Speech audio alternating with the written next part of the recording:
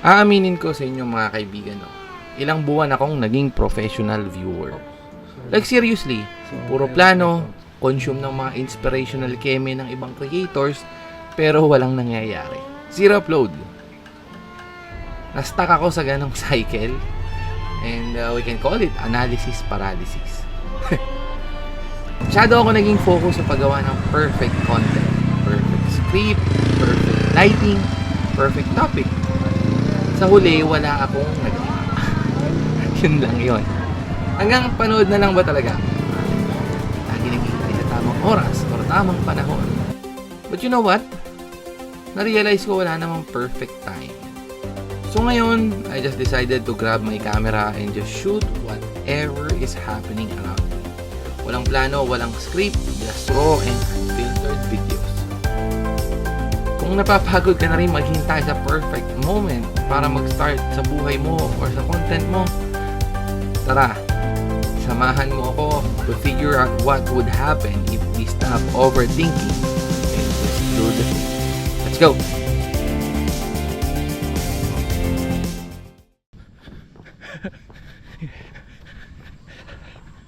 Ngayon is Friday. Walang pasok. Kasi may bagyo. Morning. And we're currently signal number 2, mga kaibigan. As you can see,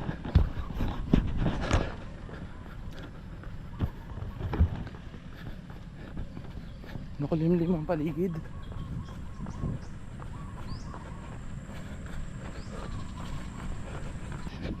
Officially, mga kaibigan, day 1 ng ating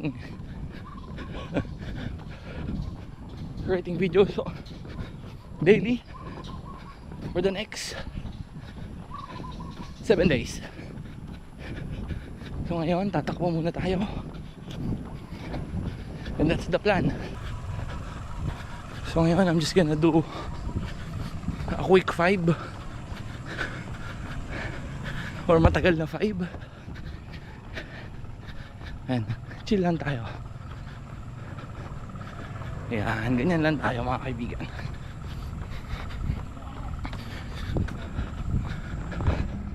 Palabas tayo sa subdivision. Ang laki ng truck.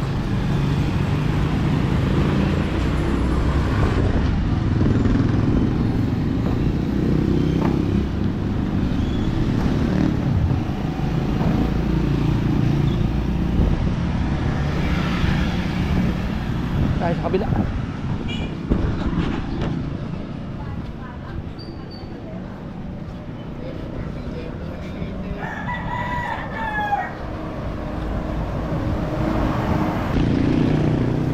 Lumipat ako sa kabila kasi hindi ko nakikita yung mga nasa likod.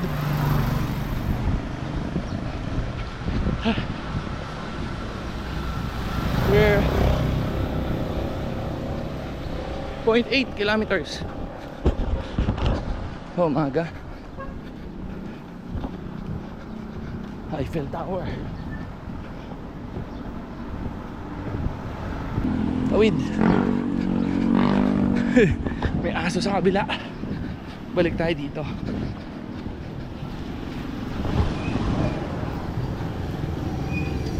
Ayan o. Morning. So yun, binibilang ko mo ng ulan.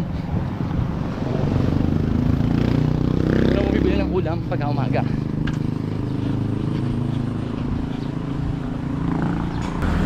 Kamis tumakbo. Huling takbo kasi mga kaibigan is September 10 pa. Ang tagal kong bakante.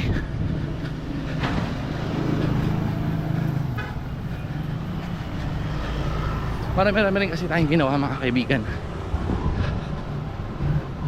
Teka, ayusin natin camera. Ayan, super wide. Yan mga kaibigan, umaambo na.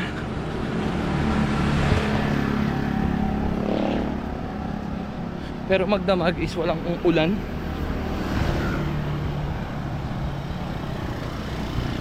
Kaya nakakatakot. Kasi nga signal number 2 kami ngayon. Tapos walang hangin-hangin. Wala ring malakas na ulan. So tingnan niyo yung mga puno. As in wala talaga.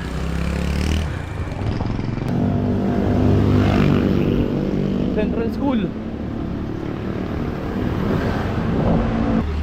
Dati mga kaibigan, nung bata-bata pa ako, yung lola ni Ermat is magsasaka. So kapag may mga ganyang bagyuhan, lagi kami sinasabihan nun na pag nabalita sa TV o radyo doon na magkakaroon ng bagyo, sasabihin nun, titingnan nun yung langit. Ewan ko kung ano tinitingnan niya, ano, pero sasabihin lang bigla, maghanda kayo, malakas yung bagyo. Hindi ko alam kung ano nakikita nila sa langit, oh.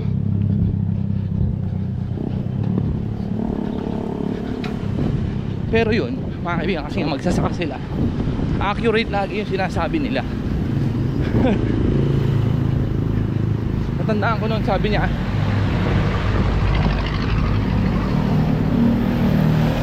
kay Airpad, magtali ka ng bubong at malakas ang hangin ng dadating na bagyo.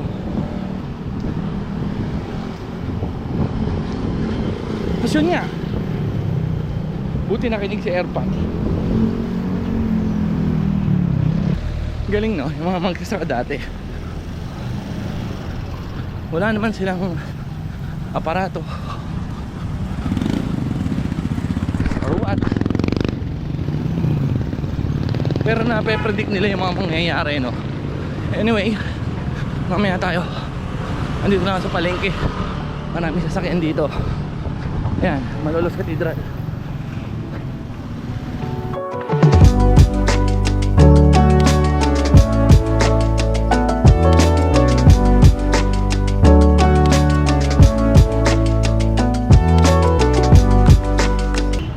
Kilometers, punta tayo ng Baraswain.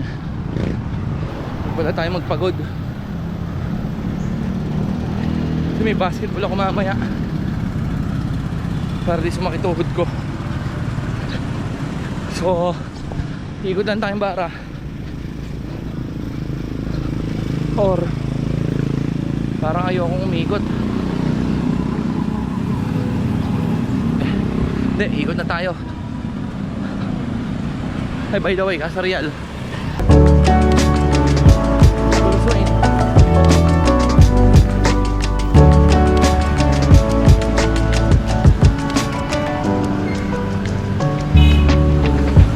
Malolos Cathedral.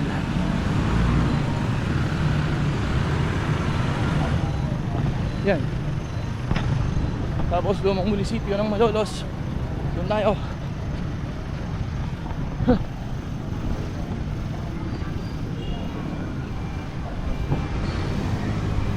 Yan.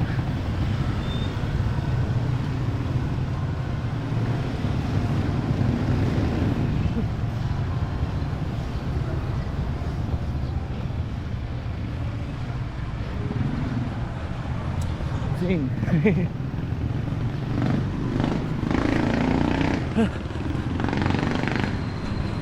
So 3 kilometers, pauwi na tayo.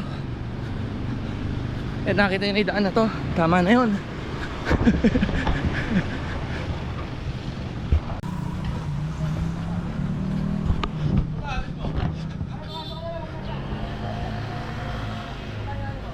Gate subdivision.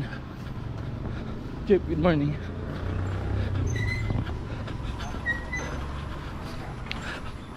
Sa loob na ulit tayo subdivision. Swerte hindi tayo inulan. So last 1 kilometer, mabilis lang to.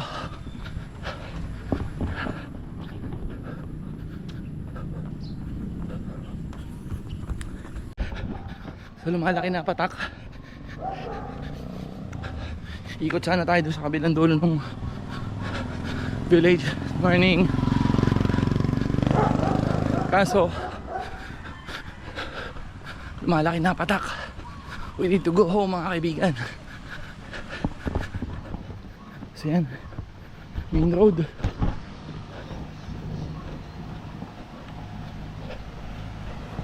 Konti na lang.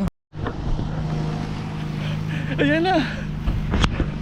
Ang lakas.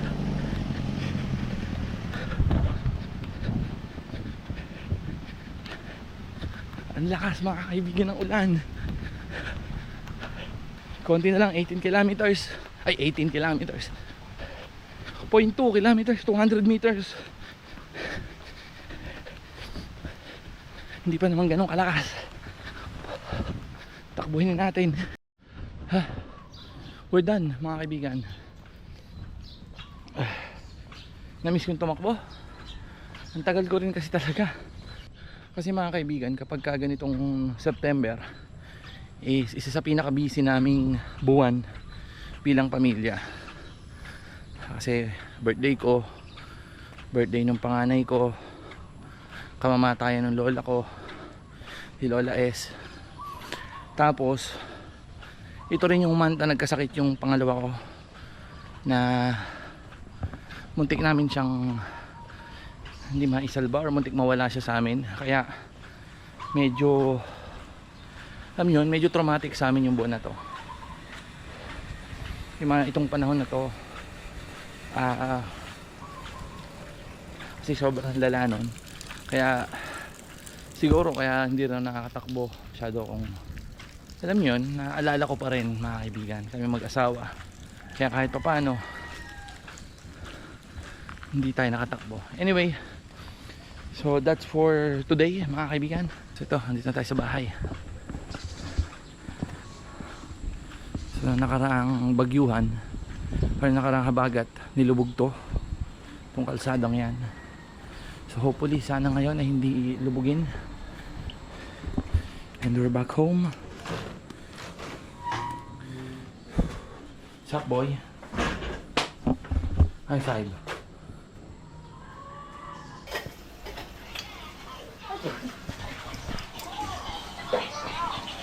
Let's go. Basketball tayo for today's video.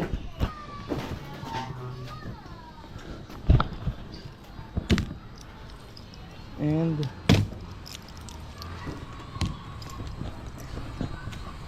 let's go. Hindi ako magmumotor kasi baka umulan.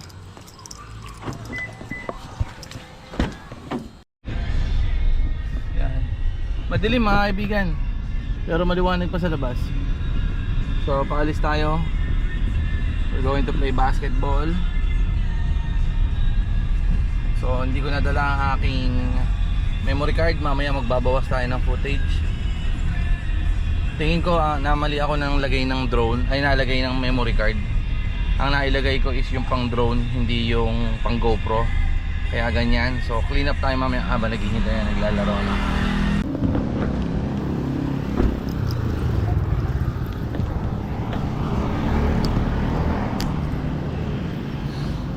Ay 7-Eleven. Tayo 7-Eleven. Kalimutan kong tubig.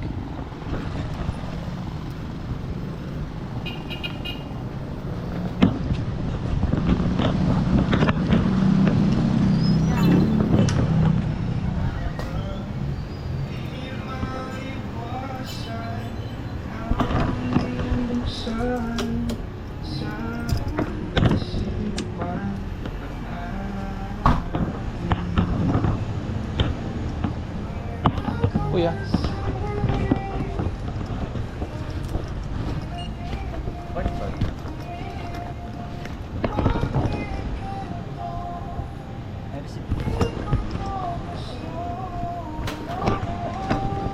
Change na po is 6. Prepare natin, sir. Ha? Hindi na, okay na. Thank you po. Patapon na lang kuya. Salamat. Ay.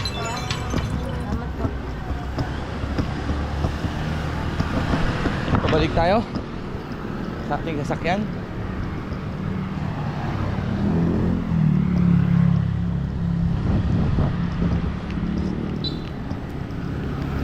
tayo pwede maglaro ng walang tubig. Mahirap. Okey dokes. Let's do this.